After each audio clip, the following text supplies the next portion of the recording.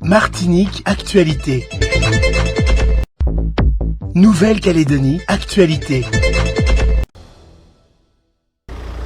Bonjour. La sécurité dans nos quartiers, on a marre de tous ces voleurs, de tous ces actes. Bonne journée. C'est avec exaspération que près de 200 tracts ont été distribués ce matin, un réel ras-le-bol après la dernière agression sur des mineurs survenue la semaine dernière dans le quartier Les Cigales de Koné. 4 enfants ont été agressés à leur domicile, le plus jeune d'entre eux est une petite fille de 4 ans. À cela s'ajoute un nombre d'incivilités et de cambriolages grandissants, c'en est trop pour les habitants du quartier. Ils ont décidé de réagir. On a marre de tous ces jeunes qui traînent et que les parents ne font rien. Et depuis 2020, on fait des actions, ça rien n'a changé. Et là, au quartier, c'est vraiment chaud. Là, les gens ils vont finir par tourner avec des fusils et tout ça pour pouvoir régler les problèmes eux-mêmes. Du coup, on essaye de faire quelque chose avant qu'il y ait un drame qui arrive. En général, dans la région de Koné, c'est devenu un peu du n'importe quoi. Les gens, ils volent les voitures. Surtout les vols de bagnoles, quoi. C'est devenu un fléau, en fait. Dans la vie, il y a 2 gros crédits. Il y a la maison et la voiture. La maison, il ne peut pas la voler. Par contre, les voitures, ils les volent. Les gens, après, les assurances ne sont pas assurées. Ils n'assurent pas les vols, les hijacking et tout. Et bien, voilà, quoi. Après la distribution des tracts, c'est autour de la table que le collectif s'est réuni pour proposer des pistes de réflexion, voire même des solutions. L'une d'elles, intégrer les jeunes à la dérive. Le but, c'est de ne pas les laisser continuer et puis surtout de les ramener dans le... On va créer il y aura une action dans peu de temps, enfin, une résidence, un terrain d'aventure. On a trouvé nous-mêmes la solution avec le CMA, d'ailleurs, une solution pour essayer de faire ce terrain d'aventure qui va se dérouler sur 10 jours. Et pour essayer de ramener tous ces jeunes-là et puis éviter que d'autres plongent dans le mauvais côté de la barrière, quoi, on va dire.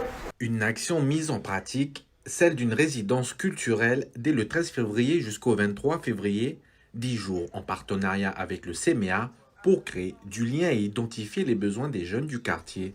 Quant au collectif, une nouvelle opération de tractage est prévue ce vendredi à 7h30 au centre du village de Koné.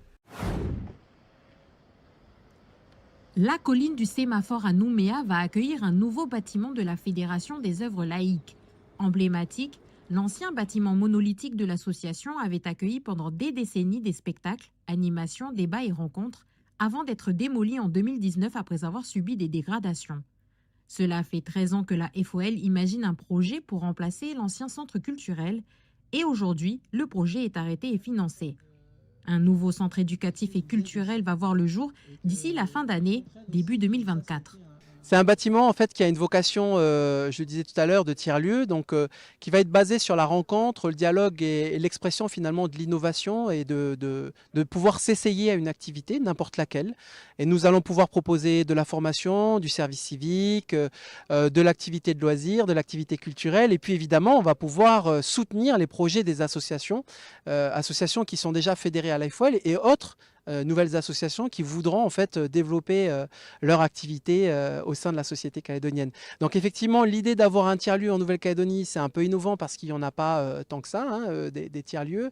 Mais ça correspond totalement finalement à nos principes d'éducation populaire qui sont liés en fait à comment on arrive à accompagner les plus jeunes à gagner en autonomie et en responsabilité et comment on leur permet finalement d'être des femmes et des hommes debout. Au total, le montant du projet s'élève à plus de 400 millions contre 1 milliard initialement. Province, gouvernement et État ont participé à son financement. C'est une première au pays. La commune de Koumak vient de s'équiper d'une infrastructure de pointe, une piscine d'eau de mer. Après 15 jours de montage, ici dans la baie des Flamboyants, l'aire aménagée est enfin prête. C'est vrai qu'on avait un besoin, nous aussi, pour les scolaires. On avait un besoin aussi pour les personnes âgées, on sait les bienfaits de l'eau de mer, etc. Donc voilà, donc on a pris la décision de monter un projet. On a fait un projet de demande d'aide dans le cadre de l'Agence nationale du sport. La baignade sera sans surveillance sauf pour le scolaire. La piscine se compose de 2 bassins, un grand de 25 mètres et un petit qui sera dédié aux cours pédagogiques. Il faut savoir que cette infrastructure en mer, bon, on l'appelle piscine, mais en réalité c'est une aire protégée, hein. C'est un bassin délimité protégé, puisqu'on a un filet anti-requin, mais avec des lignes d'eau dans lesquelles on peut pratiquer aussi la natation. Et c'est le seul projet comme ça qui existe en Nouvelle-Calédonie et aussi dans la zone Pacifique, dans le Pacifique Sud. Le coût de l'entretien de ce genre d'aménagement est quasi nul. La piscine coûtera rien du tout en entretien, quoi. Puisque la qualité de l'eau, ce sera la qualité des eaux de baignade. Alors que pour une piscine, il y a tout un système de filtration, voilà. Donc là, il n'y a que des avantages. Pour une piscine comme ça, bien sûr, on n'aura pas les mêmes usages, mais c'est déjà pas mal d'avoir cet équipement. La structure aura coûté 32 millions, dont 24 provenant de l'État et 8 de la mairie de Koumak. C'est 2 fois moins cher qu'une piscine normale. La piscine sera inaugurée dans les prochaines semaines. Sénat coutumier. Le président pointe le rôle de l'administration.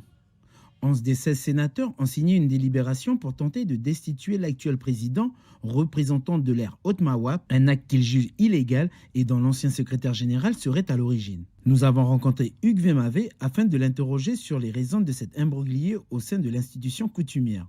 Oui, plusieurs sénateurs ont pris la défense du secrétaire général. Mais j'ai préféré me séparer de lui là parce que voilà, il n'y avait plus la confiance. À plusieurs reprises, là, il ne m'a pas donné satisfaction.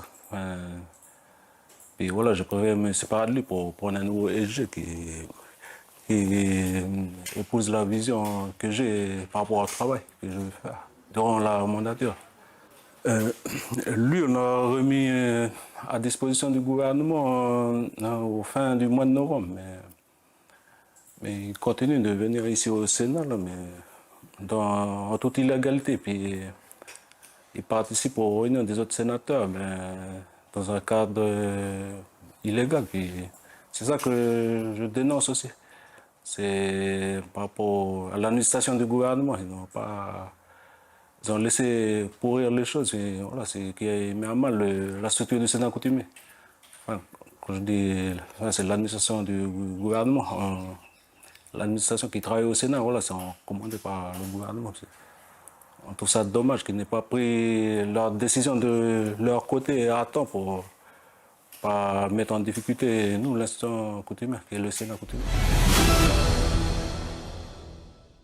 Outremernews.fr, le site de l'actualité outre-mer, 24 heures sur 24 et 7 jours sur 7. Retrouvez la chaîne Outremer News sur YouTube.